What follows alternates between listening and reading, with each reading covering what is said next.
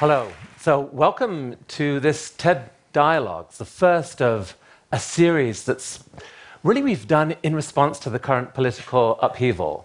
I don't know about you, I've become quite concerned about the growing divisiveness in this country and in the world. No one's listening to each other, right? They aren't. I mean, it feels like we need a different kind of conversation, one that's based on, I don't know, on reason, listening, on understanding, on a broader context. That's at least what we're going to try in these TED Dialogues starting today. And we couldn't have anyone with us who I'd be more excited to kick this off. This is a mind right here that thinks pretty much like no one else on the planet, I would hasten to say. I'm serious. I'm serious. He synthesizes history with underlying ideas in a way that kind of takes your breath away. So some of you will know this book, Sapiens. Has anyone here read Sapiens? I mean, I could not put it down. The way that he tells the story of mankind through big ideas that really make you think differently about the world, it's kind of amazing. And here's the follow-up, which I think is being published in the US next week. Yeah, next week. Homo Deus. Now, this is the history of the next 100 years. I've had a chance to read it. It's extremely dramatic, and I dare say, for some people, quite alarming. It's a must-read. And honestly, we couldn't have someone better to help make sense of what on earth is happening in the world right now. So, a warm welcome, please, to Yuval Noah Harari.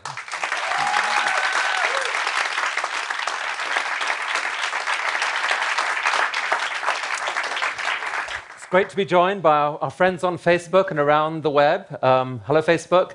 And all of you, as I start asking questions of Yuval, come up with your own questions. Not necessarily about the political scandal du jour, but about the broader understanding of where are we heading. You ready? Okay, we're going to go. So here we are, Yuval, New York City, 2017. There's a new president in power and shockwaves rippling around the world. What on earth is happening? I think the basic thing that happens is that we have lost our story. Humans think in stories, and we try to make sense of the world by telling stories. And for the last few decades, we had a very simple and very attractive story about what's happening in the world. And the story said that, what's happening is that the economy is being globalized, politics is being liberalized, and the combination of the two will create paradise on earth. And we just need to keep on globalizing the economy and liberalizing the political system, and everything will be wonderful. And 2016 is the moment when a very large segment, even of the Western world, stopped believing in this story. For good or bad reason, doesn't matter. People stopped believing in the story. And when you don't have a story, you don't understand what's happening. I mean, part of you believes that that story was actually a very effective story. It worked. To some extent, yes. I mean, according to some measurements, we are now in the best time ever for humankind. Today, for the first time in history, more people die from eating too much than from eating too little, which is an amazing achievement. Also, for the first time in history, more people die from old age than from infectious diseases. And violence is also down. For the first time in history, more people commit suicide than are killed by crime and terrorism and war put together. Statistically, you are your own worst enemy. At least from all the people in the world, you're most likely to be killed by yourself. Which is, again, very good news compared to the level of violence that we saw in previous eras. But this process of connecting the world ended up with a large group of people kind of feeling left out.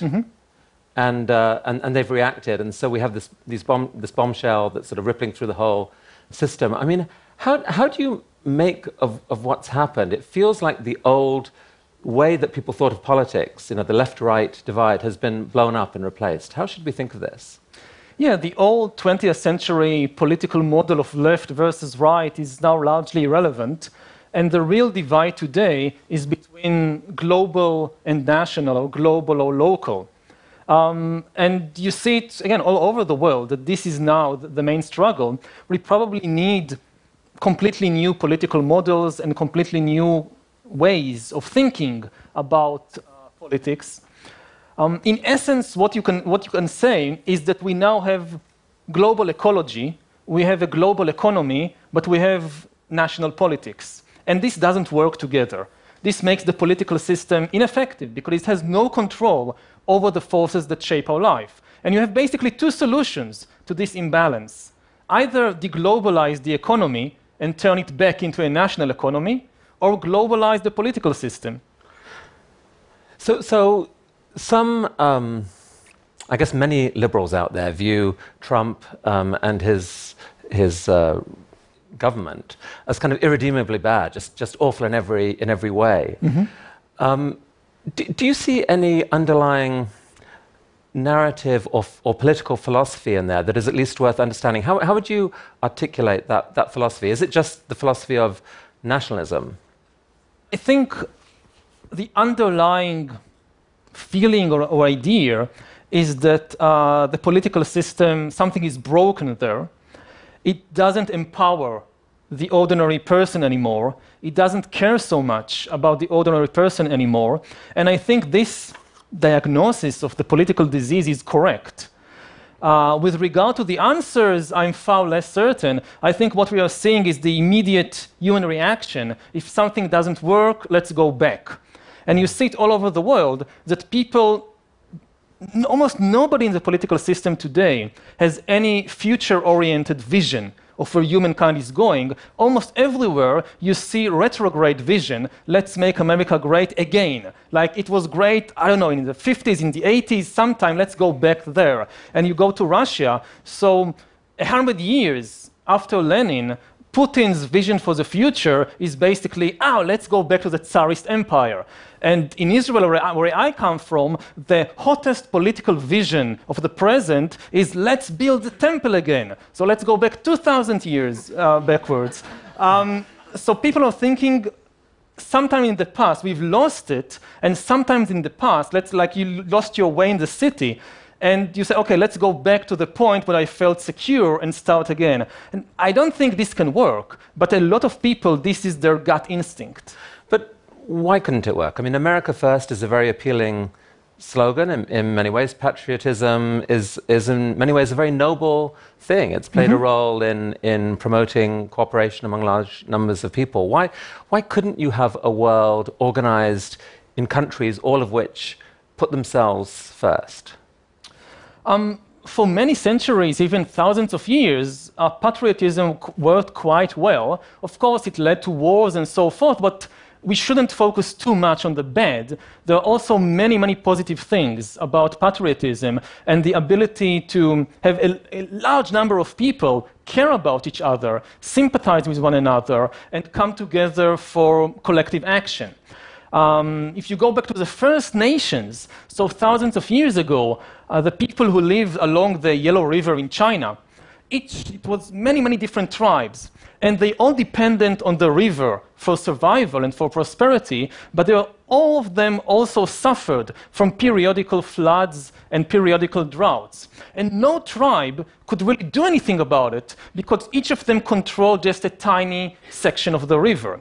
And then in a long and complicated process, the tribes coalesced together to form the Chinese nation, which controlled the entire Yellow River and had the ability to bring hundreds of thousands of people together to build dams and canals and regulate the river and prevent the worst floods and droughts and raise the level of prosperity for everybody. And this worked in many places around the world. But in the 21st century, technology is changing all that in a fundamental way. We are now living, all people in the world are living alongside the same cyber river. And no single nation can regulate this river by itself. We are all living together in a single planet, which is threatened by our own actions. And if you don't have some kind of global cooperation, nationalism just is not on the right level to tackle the problems of whether it's climate change or whether it's technological disruption. So it was a beautiful idea in a world where most of the action, most of the issues took place on national scale. Mm-hmm. But your argument is that the issues that matter most today no longer take place on a national scale, but on a global scale. Exactly. All the major problems of the world today are global in essence, and they cannot be solved unless through some kind of global cooperation. It's not just climate change, which is like the most obvious example people give. I think more in terms of technological disruption.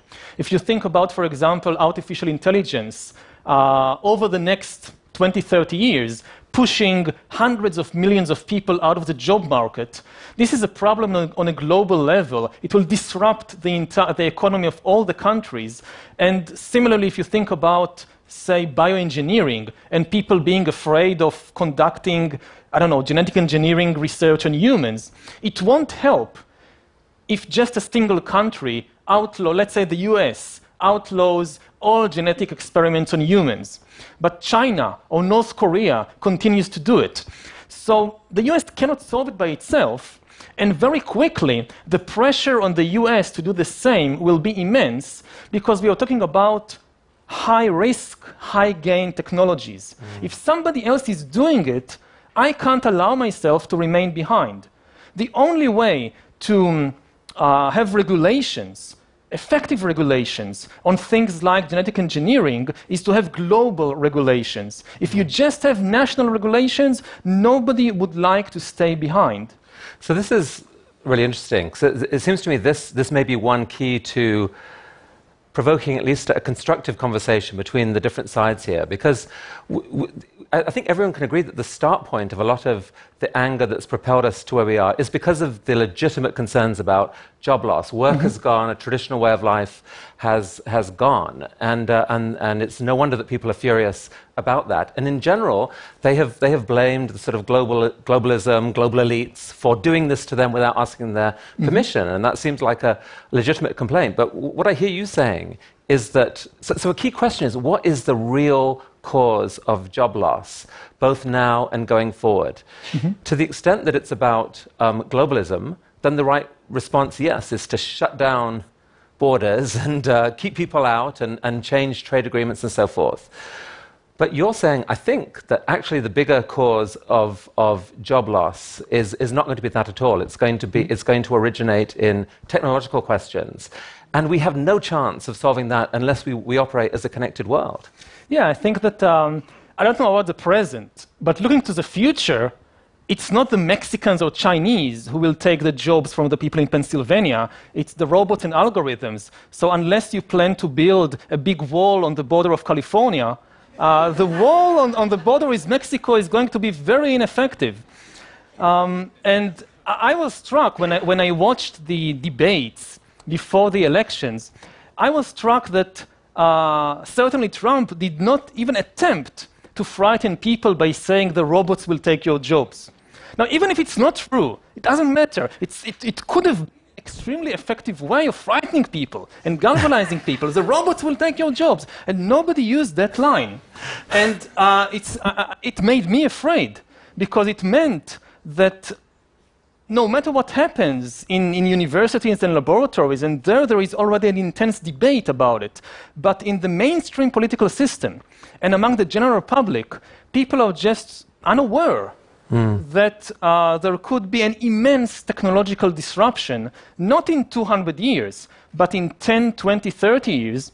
And we have to do something about it now, partly because most of what we teach children today in school or in college is going to be completely irrelevant to the job market of 2040, 2050. So it's not something we'll need to think about in 2040.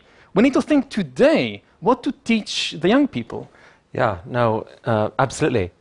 I mean, you've often written about moments in history where humankind has entered a new era kind of unintentionally. Like decisions have been made, technologies have been developed, and suddenly the world has changed, and it may possibly in a way that's worse for everyone. So one of the examples you give in *Sapiens* is just even the whole agricultural revolution, which for an actual person tilling the fields, they just picked up a 12-hour back-breaking workday instead of 6 hours in the jungle and with a much more interesting lifestyle. So are we at another possible phase change here, where we kind of sleepwalk into a future that none of us actually wants? Yes, very much so. During the agricultural revolution, what happened is that an immense technological and economic revolution empowered the human collective. But when you look at actual individual lives, the life of a tiny elite became much better, and the life of the majority of people became considerably worse. And this can happen again in the 21st century. No doubt, the new technologies will empower the human collective. But we may end up, again, with a tiny elite reaping all the benefits, taking all the fruits, and the masses of the population finding themselves worse than they were before, certainly much worse than this tiny elite. And those elites might not even be human elites. They might be cyborgs. Yeah, they could be enhanced superhumans, they could be cyborgs, they could be completely non-organic elites. They could even be non-conscious algorithms.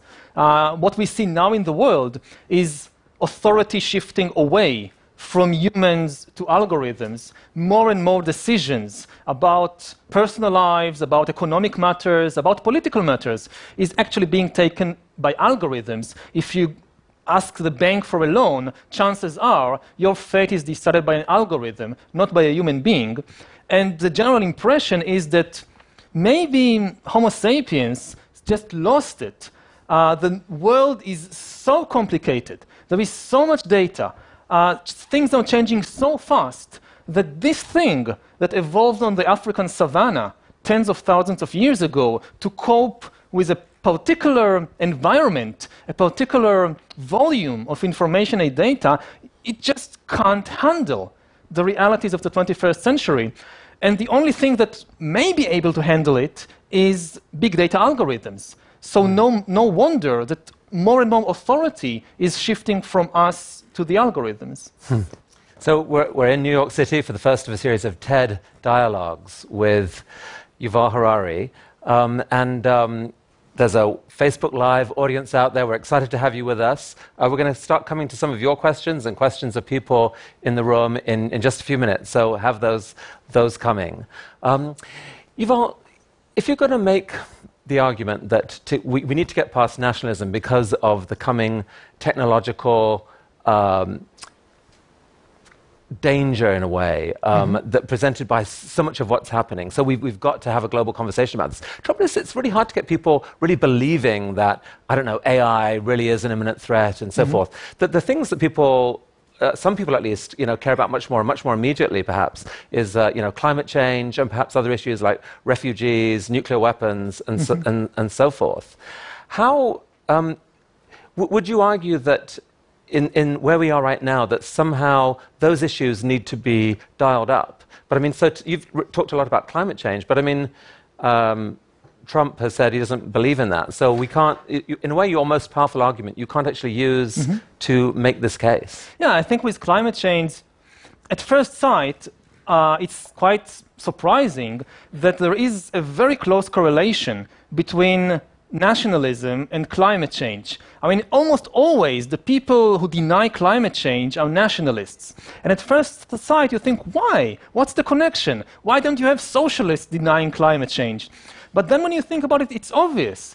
Because nationalism has no solution to climate change, if you want to be a nationalist in the 21st century, you have to deny the problem. If you accept the reality of the problem, then you must accept that, yes, there is still room in the world for patriotism, there is still room in the world for having special loyalties and obligations towards your own people, towards your own country. I don't think anybody's really thinking of abolishing that. But in order to confront climate change, we need additional loyalties and commitments to a level beyond the nation. And it should not be impossible, because people can have several layers of loyalty. You can be loyal to your family, and to your community, and to your nation. So why can't you be also loyal to humankind as a whole? Of course, there are occasions when it becomes difficult, what to put first, and then, but you know, life is difficult, handle it. Okay, so I would love to get some questions from the audience here. We've got a microphone here, speak into it, and Facebook, get them coming too. So one of the things that has clearly made a huge difference in this country and other countries is the income distribution inequality, the dramatic change in income distribution in the U.S. from what it was 50 years ago and around the world. Is there anything that we can do to affect that? Because that gets at a lot of the underlying causes. So far, I haven't heard a very good idea about what to do about it. Again, partly because most ideas remain on the national level and the problem is global. I mean, one idea that we hear quite a lot about now is universal basic income. But this is a problem. I mean, I think it's a good start, but it's a problematic idea because it's not clear what universal is, and it's not clear what basic is. Most people, when they speak about universal basic income, they actually mean national basic income. But the problem is global. Let's say that you have AI and 3D printers taking away millions of jobs in Bangladesh of all the people who make my shirts and my shoes.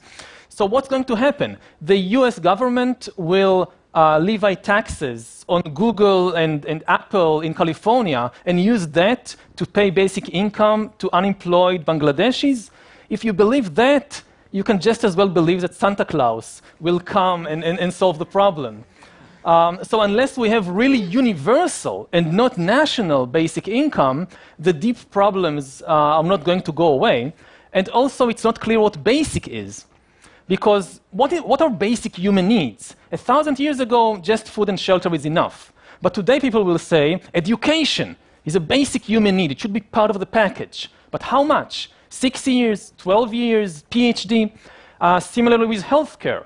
Let's say that in 20, 30, 40 years, you'll have expensive treatments that can extend human life to 120, I don't know. Would this be part of the basket of basic income or not? It's a very difficult problem because in a world when people lose their ability to be employed, the only thing they're going to get is this basic income. So what's part of it is a very, very difficult ethical question. And there's a bunch of questions on how the world affords it as well, who pays. The numbers are daunting. There's a question here from Facebook from Lisa Larson. How does nationalism in the US now compare to that between World War I and World War II in the last century? The good news, we are in a much, with regard to the dangers of nationalism, we are in a much better position than a century ago. A century ago, 1917, Europeans were killing each other by the millions. In 2016 with Brexit, as far as I remember, a single person lost her life. An MP who was murdered by some extremist. Just a single person. I mean, if Brexit was about British independence, this is the most peaceful war of independence in human history. And if, let's say that Scotland will now choose to leave the UK after Brexit. So in the 18th century, if Scotland wanted, and the Scots wanted several times, to break out of the control of London, the reaction of the government in London was to send an army up north to burn down Edinburgh and massacre the Highland tribes. My guess that if in 2018 the Scots vote for independence, the London government will not send an army up north to burn down Edinburgh. Very few people are now willing to kill or be killed for Scottish or for British independence. So for all the talk of the rise of nationalism and going back in the 1930s or to the 19th century, in the West at least, the power of national sentiments today is far, far smaller than it was a century ago. Although some people now you hear, publicly worrying about whether that might be shifting, and that there could actually be outbreaks of violence in the US depending on how things turn out. Should we be worried about that, or do you really think things have? No, we should be worried. I mean, I think we should be worried of two things. First of all, don't be hysterical. We are not back in the First World War yet. But on the other hand, don't be complacent. We reached from 1917 to 2017 not by some divine miracle, but simply by human decisions. And if we now start making the wrong decisions, we could be back in an analogous situation to 1917 in a few years. One of the things I know as a historian is that you should never underestimate human stupidity. It's one of the most powerful forces in history, is human stupidity and human violence. Humans do such crazy things for no obvious reason. But again, at the same time, another very powerful force in history is human wisdom. We have both.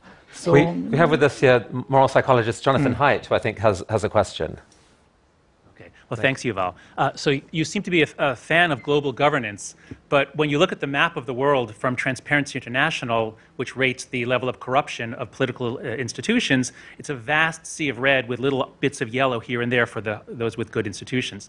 So if we were to have some kind of global governance, what makes you think that it would end up being more like Denmark rather than more like Russia or Honduras? And aren't there alternatives, such as we did with CFCs? I mean, there are ways to solve global problems with national governments. What would world government actually look like, and why do you think it would work?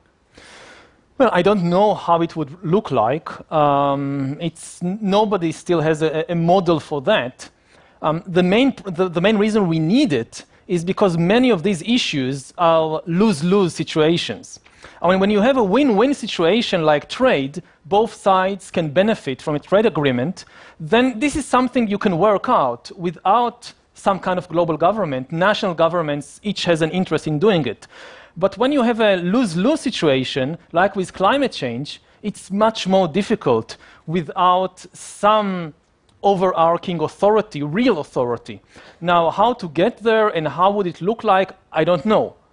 And certainly there is no obvious reason to think that it would look like Denmark or that it would be a democracy. Most likely it wouldn't. We don't have workable democratic models for a global government. So maybe it would look more like ancient China than like modern Denmark. But still, given the dangers that we are facing, I think the imperative of having some kind of real ability to force through difficult decisions on the global level is more important than almost anything else. There's a question from Facebook here, and then we'll get the mic to Andrew. So Kat Haber on Facebook, calling in from Vale. How will developed nations manage the millions of climate migrants? I don't know. And that's your answer, Kat. And I don't think that they know either. I mean, they'll just deny the problem, maybe. But immigration generally is another example of a sort of problem that's very hard to solve on a nation-by-nation basis. I mean, one nation can shut its doors, but maybe that stores up problems for the future.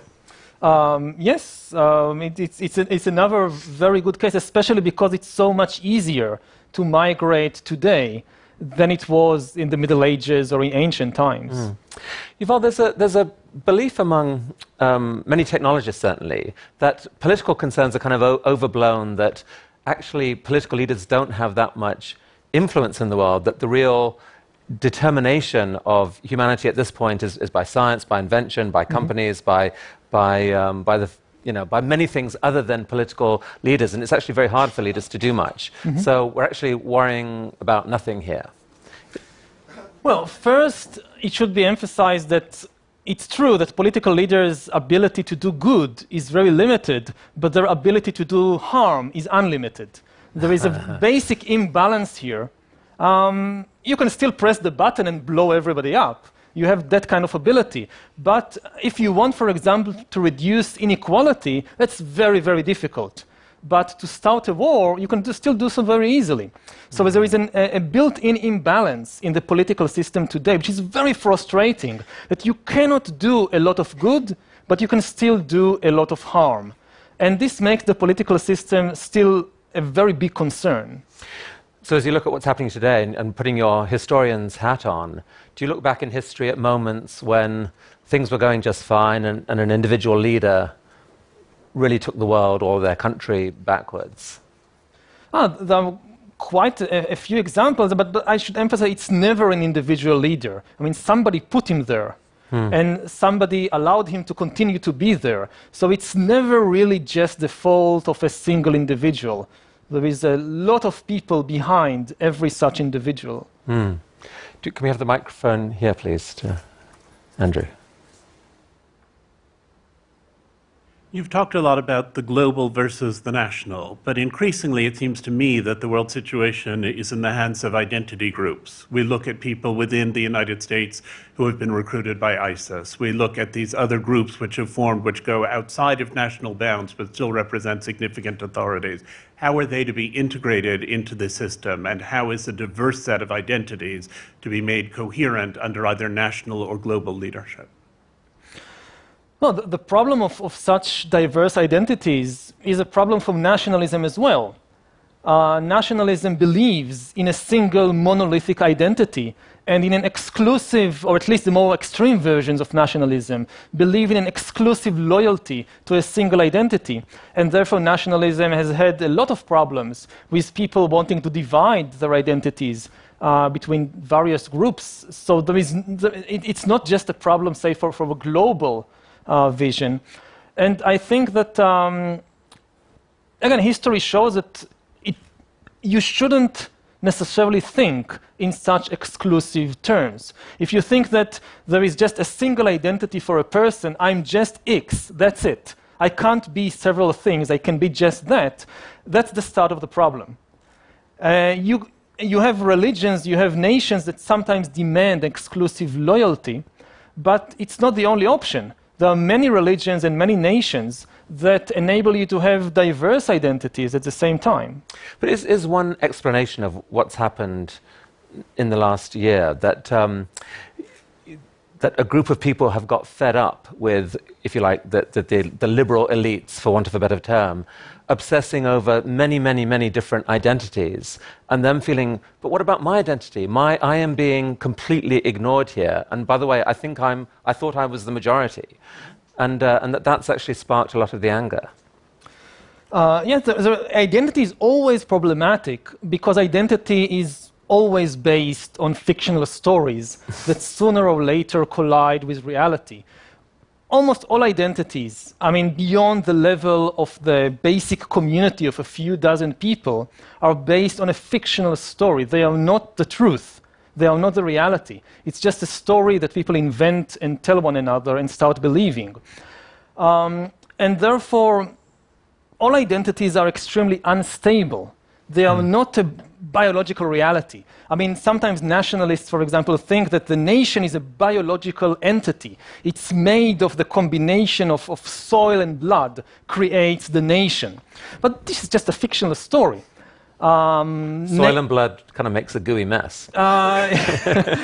It does. And also it messes with your mind when you think too much that I am a combination of soil and blood. If you look from a biological perspective, obviously none of the nations that exist today existed 5,000 years ago. Homo sapiens is a social animal, that's for sure, but for millions of years, Homo sapiens and our hominid ancestors lived in small communities of a few dozen individuals. Everybody knew everybody else, whereas in modern nations are imagined communities in the sense that I don't even know all these people. I mean, I come from a relatively small nation, Israel, and there are 8 million Israelis. I never met most of them. I will never meet most of them.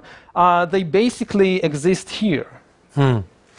But in terms of this identity, this group who feel left out and perhaps work taken away, I mean, in Homo Deus, you actually speak of this group, in one sense, expanding, that so many people may have their jobs taken away by technology in some way, that we could end up with a really large, I think you call it a useless class, yes. A class where traditionally as viewed by the economy, these people have no use. Yes. How likely a possibility is that? Is that something we should be terrified about? And can we address it in any way? We should think about it very carefully. I mean, nobody really knows what the job market would look like in 2040, 2050. There is a chance many new jobs will appear, but it's not certain. And even if new jobs do appear, it won't necessarily be easy for a 50-year-old unemployed truck driver, made unemployed by self-driving vehicles. It won't be easy for an unemployed truck driver to reinvent himself or herself as a designer of virtual worlds. I mean, previously, if you look at the trajectory of the Industrial Revolution, when machines replaced humans in one type of work, the solution usually came from low-skill work in new lines of business. So you didn't need any more agricultural workers, so people moved to working in low-skill industrial jobs. And when this was taken away by more and more machines, people moved to low-skill service jobs. Now, when people say there will be new jobs in the future, that humans can do better than AI, that humans can do better than robots, they usually think about high-skilled jobs, like software engineers, designing virtual worlds.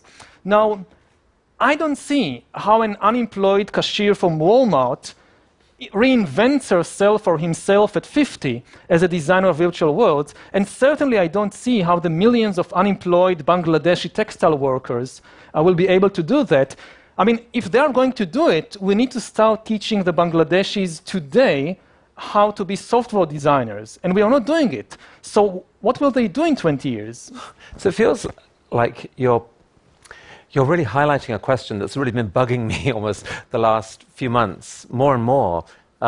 It's almost a hard question to ask in public, but if any mind has some wisdom to offer in it, maybe it's yours. So I'm going to ask you, what are humans for?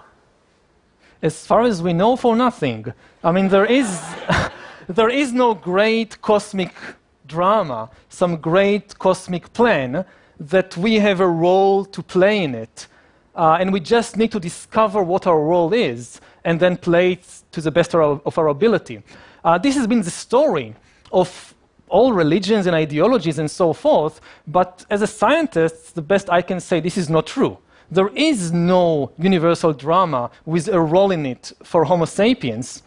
I'm going to push back on you just on a minute, Okay. just from your own book, because in Homo Deus, you give really one of the most coherent and understandable accounts about sentience, about consciousness, and that unique sort of human skill. You point out that it's different from intelligence, the intelligence Yes. that we're building in machines, and that there's actually a lot of mystery around it. How can you be sure there's no purpose when we don't even understand what this sentience thing is? I mean, in your own thinking, isn't there a chance that what humans are for are to be the universe's sentient things, to be the centers of joy and love and happiness and hope? And maybe we can build machines that actually help amplify that, even if they're not going to become sentient themselves. Is that found myself hoping that, reading your book. Oh. Well, I certainly think that the most interesting question today in science is the question of consciousness and the mind. We are getting better and better in understanding the brain and intelligence, but we are not getting much better in understanding the mind and consciousness.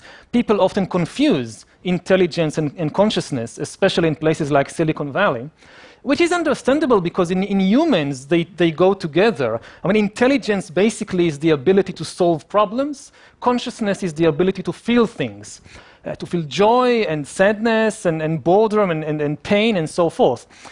In Homo sapiens and all other mammals as well, it's not unique to humans. In all mammals and birds and some other animals, intelligence and consciousness go together. We often solve problems by feeling things. So we tend to confuse them. But they are different things. What's happening today in places like Silicon Valley is that we are creating artificial intelligence, but not artificial consciousness. There has been an amazing development in computer intelligence over the last 50 years, and exactly zero development in computer consciousness. And there is no indication that computers are going to become conscious anytime soon.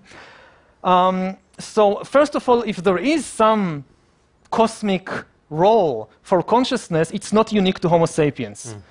Cows are conscious, pigs are conscious, chimpanzees are conscious, chickens are conscious. So if we go that way, first of all, we need to broaden our horizons and remember very clearly we are not the only sentient beings on Earth.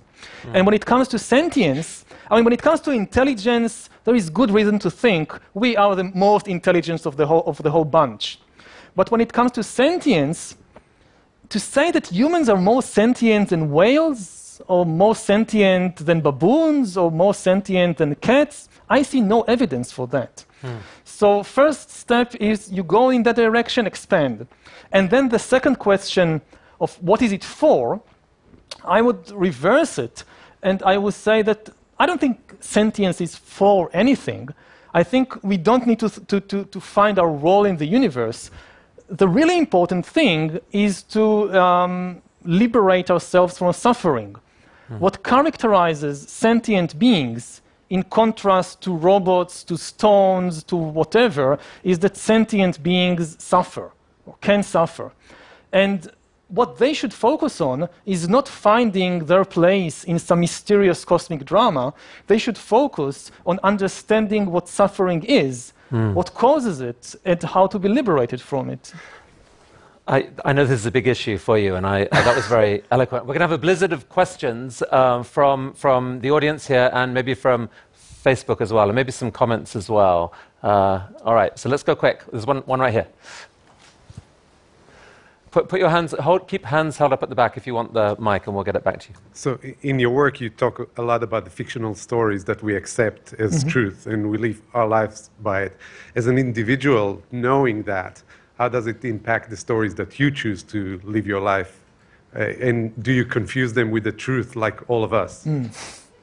I try not to. I mean, for me, maybe the most important question, both as a scientist and as a person, is how to tell the difference between fiction and reality. Because reality is there. I'm not saying that everything is fiction. It's just very difficult for human beings to tell the difference between fiction and reality. And it's have become more and more difficult as history progressed. Because the fictions that we have created, nations and gods and money and corporations, they now control the world. So just to even think that, oh, this is just all fictional entities that we've created, it's very difficult.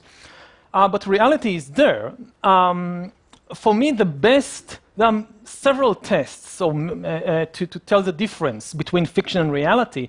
The simplest one, the best one that I can say in short, is the test of suffering. If it can suffer, it's real.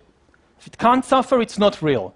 A nation cannot suffer. That's very, very clear. Even if a nation loses a war, we say Germany suffered a defeat in the First World War. It's a metaphor. Germany cannot suffer. Germany has no mind. Germany has no consciousness. Germans can suffer, yes, but Germany cannot.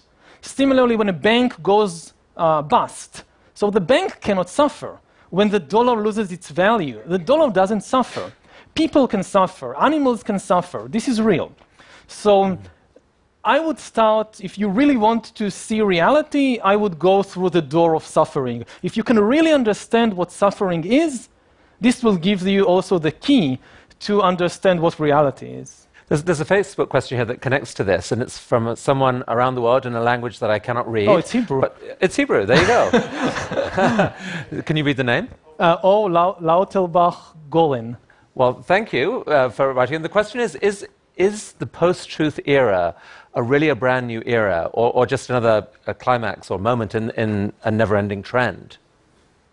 Personally, I don't connect with this idea of post-truth. My basic reaction as a historian, if this is the era of post-truth, when the hell was the era of truth? Right. What is in the 1980s, the 1950s, the Middle Ages? I mean, we are always lived in an era, in a way, of post-truth. But I'd push back on that because, I mean, I think what people are talking about is that there was a world when you had fewer journalistic outlets, where there were traditions that things were fact-checked. There was, it was sort of incorporated into the charter of those organizations that the truth mattered. So if you believe in a reality, then what you write is information. There was a belief that that information should connect to a reality in a real way, and that if you wrote a headline, it was a serious and earnest attempt to reflect something that had actually happened. And people didn't always get it right. But I think the concern now is that you've got a technological system that's incredibly powerful, that for a while at least, massively amplified anything with no attention paid to whether it connected to reality, only to whether it connected to clicks and attention, and that was arguably toxic. That's a reasonable concern, isn't it? Yeah, it is. I mean, the technology changes, and it's now easier to disseminate both truth and fiction and falsehood. It goes both ways. It's also much easier, though, to spread the truth than it was ever before. But I don't think there is anything essentially new about this disseminating fictions and errors. I mean, there is nothing that, Joseph Goebbels didn't know about all this idea of fake news and post-truth. He famously said that if you repeat a lie often enough, people will think it's the truth, and the bigger the lie, the better. Because people won't even think that, something so big can be a lie. And I think that fake news have been with us for thousands of years.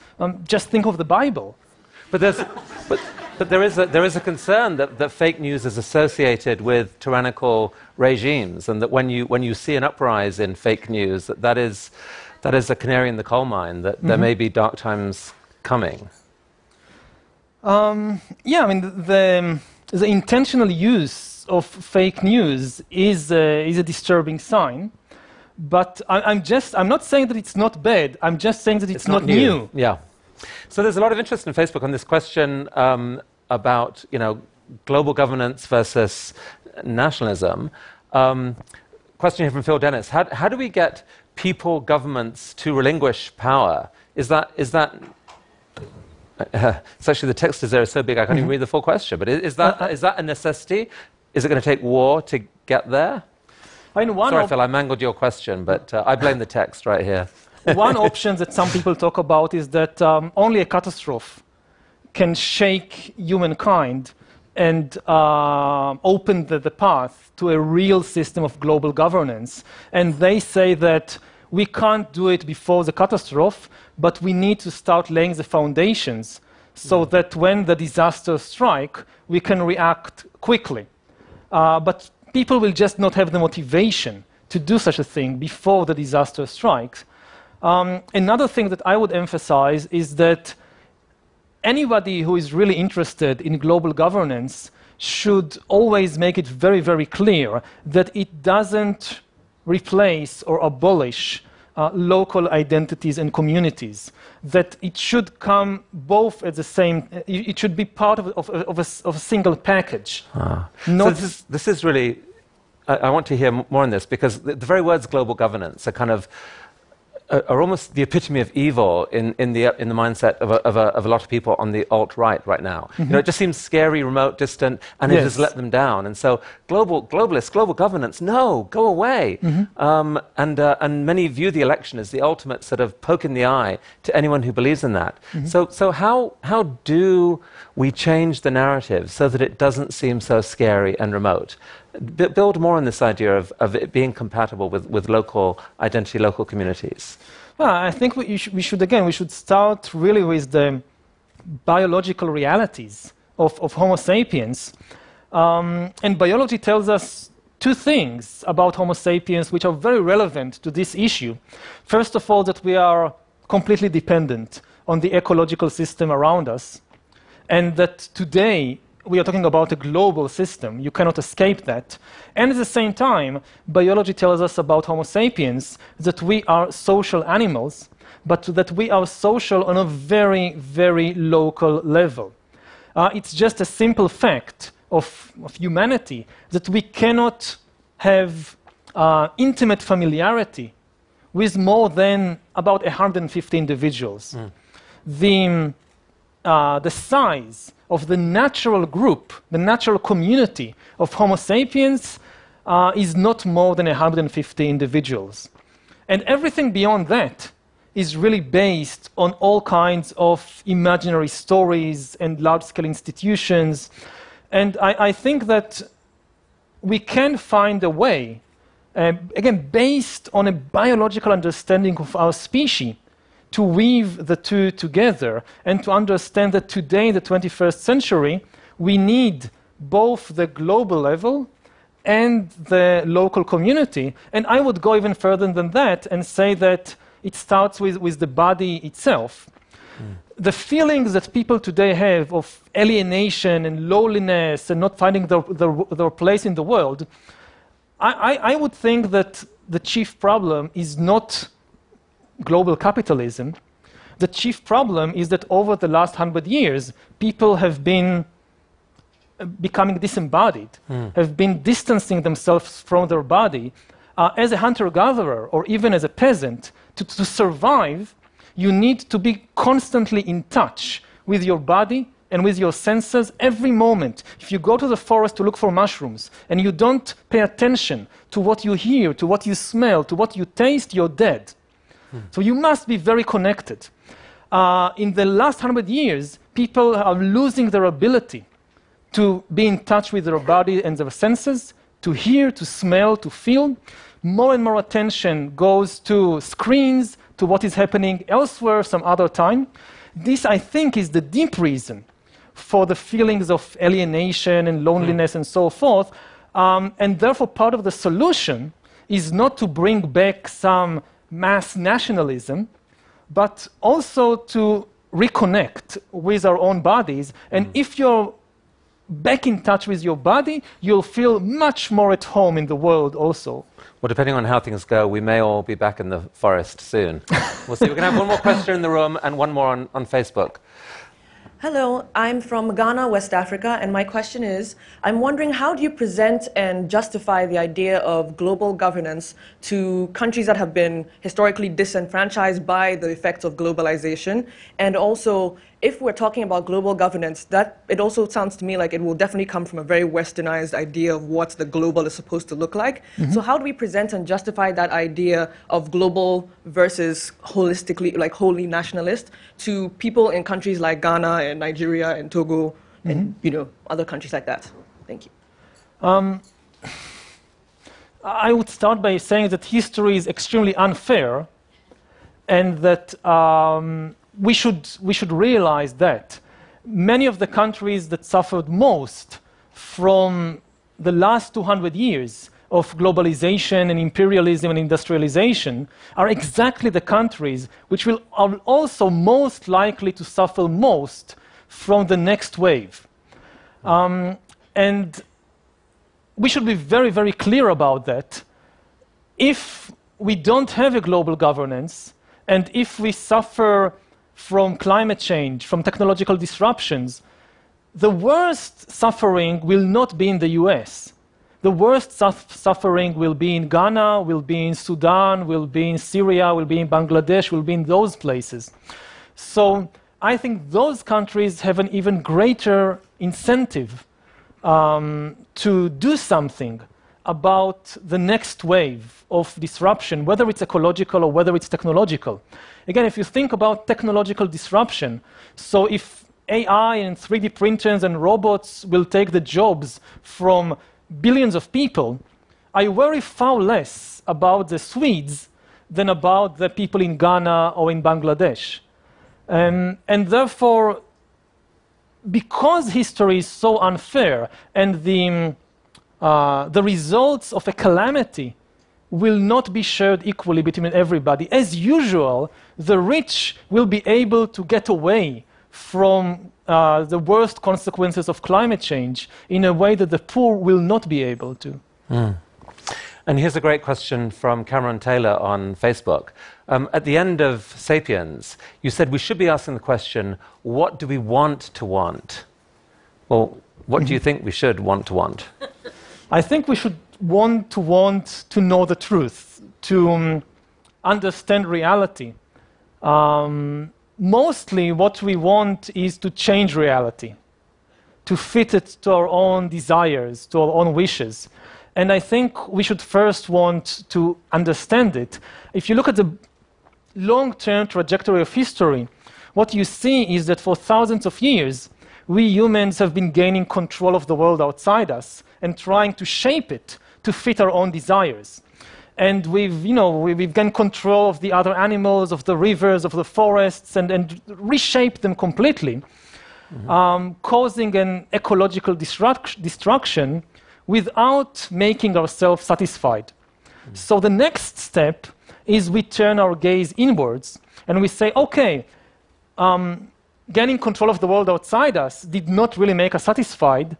Let's now try to gain control of the world inside us. This is the really big project of science and technology and industry in the 21st century, will be to try and gain control of the world inside us, to learn how to engineer and produce bodies and brains and minds. These are likely to be the main products of the 21st century economy.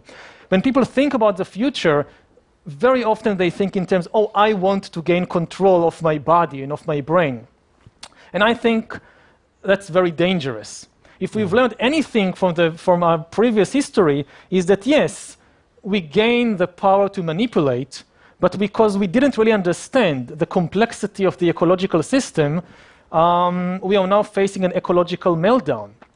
And if we now try to re-engineer the world inside us without really understanding it, especially without understanding the complexity of our mental system, we might cause a kind of internal ecological disaster, and we'll face a kind of mental meltdown inside us. Putting all the pieces together here, the current politics, coming technology, concerns like the one you've just outlined, I mean, it seems like you yourself are in quite a bleak place when you think about the future. You're pretty worried about it. Is that right? And if there was one cause for hope, how would you state that? I focus on the more dangerous possibilities, partly because this is like my job or responsibility as a historian or a social critic. I mean, the industry focuses mainly on the positive sides. So it's the job of historians and philosophers and sociologists to highlight the more dangerous potential of all these new technologies. I don't think any of that is inevitable. Technology is never deterministic. You can use the same technology to create very different kinds of societies. If you look at the 20th century, so the technologies of the Industrial Revolution, the trains and electricity and all that, could be used to create a communist dictatorship or a fascist regime or a liberal democracy. The trains did not tell you what to do with them. Similarly now, artificial intelligence and bioengineering and all that, they don't predetermine a single outcome. Humanity can rise up to the challenge. And the best example we have of humanity rising up to the challenge of a new technology is nuclear weapons.